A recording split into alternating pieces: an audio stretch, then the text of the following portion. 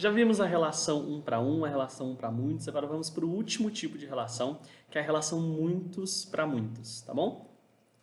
Aqui mais um cenário, tá? Para completar essa modelagem nossa, que é o seguinte. Por fim, sabemos que os alunos podem se matricular em várias disciplinas e cada disciplina pode ser ofertada para muitos alunos, tá? Vejam só, aqui a gente não precisa criar tabela nenhuma, basicamente fazer uma relação, certo? E a relação já está descrita aqui.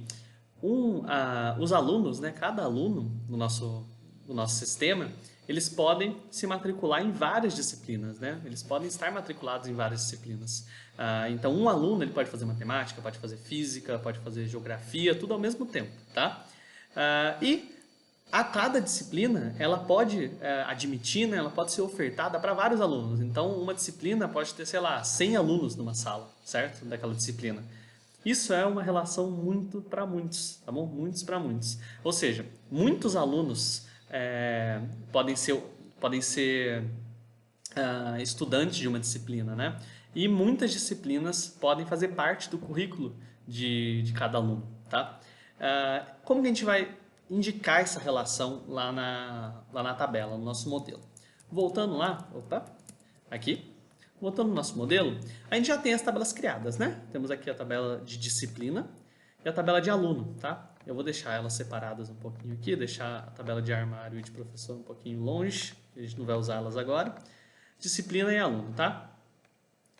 Aqui, a gente pode criar uma relação muitos para muitos, que é uma relação, essa última aqui, né? N para M aqui do Workbench, e aqui ele já facilita bastante a nossa vida. Basicamente, cliquem aqui nela, tá?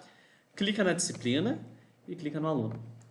Olha só o que aconteceu. Ele criou uma tabela intermediária. E essa tabela intermediária ela é necessária para uma relação muitos para muitos, tá bom? Ela precisa, a gente chama ela de tabela pivô, tá bom? Essa tabela pivô, ela é necessária para que isso funcione, tá bom? Porque pensa comigo, tenta usar essa lógica de chave estrangeira sem essa tabela aqui. Vamos tirar ela. Sem isso daqui. Tenta fazer uma relação muitos para muitos só usando chave estrangeira igual a gente estava fazendo aqui.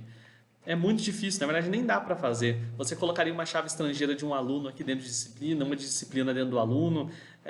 Entende que uma disciplina tem muitos alunos e um aluno tem muitas disciplinas. Não é interessante, não é viável fazer isso só com essas duas tabelas. Porque se eu colocasse, por exemplo, uma chave estrangeira de disciplina aqui dentro do aluno, só seria uma chave estrangeira, né?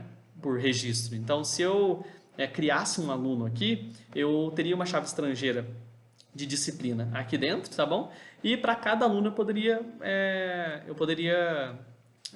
como eu posso dizer, eu poderia matricular ele em uma disciplina só, porque só teria uma chave estrangeira aqui. Se eu colocasse uma chave estrangeira de um aluno aqui dentro da disciplina, seria a mesma coisa, certo? Para cada disciplina só teria um aluno, porque só teria uma chave estrangeira aqui dentro, tá bom? Então, tendo uma tabela pivô, que é essa tabela aqui, entre disciplina e aluno, isso já resolve o nosso problema, tá bom? Porque aí o que acontece? Toda vez que a gente for criar uma relação entre disciplina e um aluno, ou seja, um aluno se matriculou numa disciplina, ao invés de a gente indicar isso nas próprias tabelas de disciplina e de aluno, a gente vai indicar nessa tabela pivô. Aí a gente vai colocar o ID da disciplina e o ID do aluno, certo? Percebam que a tabela pivô ela é composta sempre de duas chaves estrangeiras, nada mais. Ela nem tem ID próprio, tá vendo? Ela tem só duas chaves estrangeiras, tá? Uma de disciplina, uma do aluno. Então a gente pode ver a partir dessa tabela que um aluno com ID 1 se matriculou numa disciplina com ID 2. Aí outro aluno com ID 3 se matriculou de novo na disciplina com ID 2. Entende? Tudo vai estar aqui nessa tabela pivô, tá bom?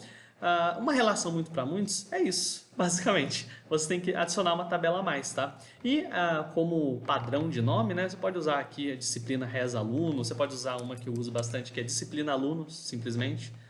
Então, só colocar o nome das duas tabelas, né? Disciplina aluno. Então, é basicamente isso, uma relação muitos para muitos, tá? O Workbench já facilita bastante pra gente, já cria ela automaticamente, tá? Mas se você fosse fazer esse banco aqui na mão, né, modelar ele, sei lá, se você quisesse modelar esse banco numa folha de papel, enfim, qualquer outro lugar que não tivesse toda essa facilidade aqui que a gente está usando, você teria que criar, fazer essa tabela à parte, né? Essa tabela pivô e estabelecer uma relação de um para muitos com as outras duas tabelas, tá vendo? Que a relação que o aluno tem uma relação de um para muitos com ela, com a pivô, e a mesma coisa acontece aqui com a disciplina, tem uma relação de um para muitos, olha aqui a setinha, né? A ligação. Então, é simplesmente isso, basicamente, a relação muitos para muitos. E aqui a gente acaba a parte de relações, tá bom? E na próxima aula eu vou propor um desafio para vocês modelarem o banco de vocês sozinhos, para depois a gente modelar juntos e vocês conferirem o que vocês acertaram, o que vocês erraram, tá bom? Até mais, gente!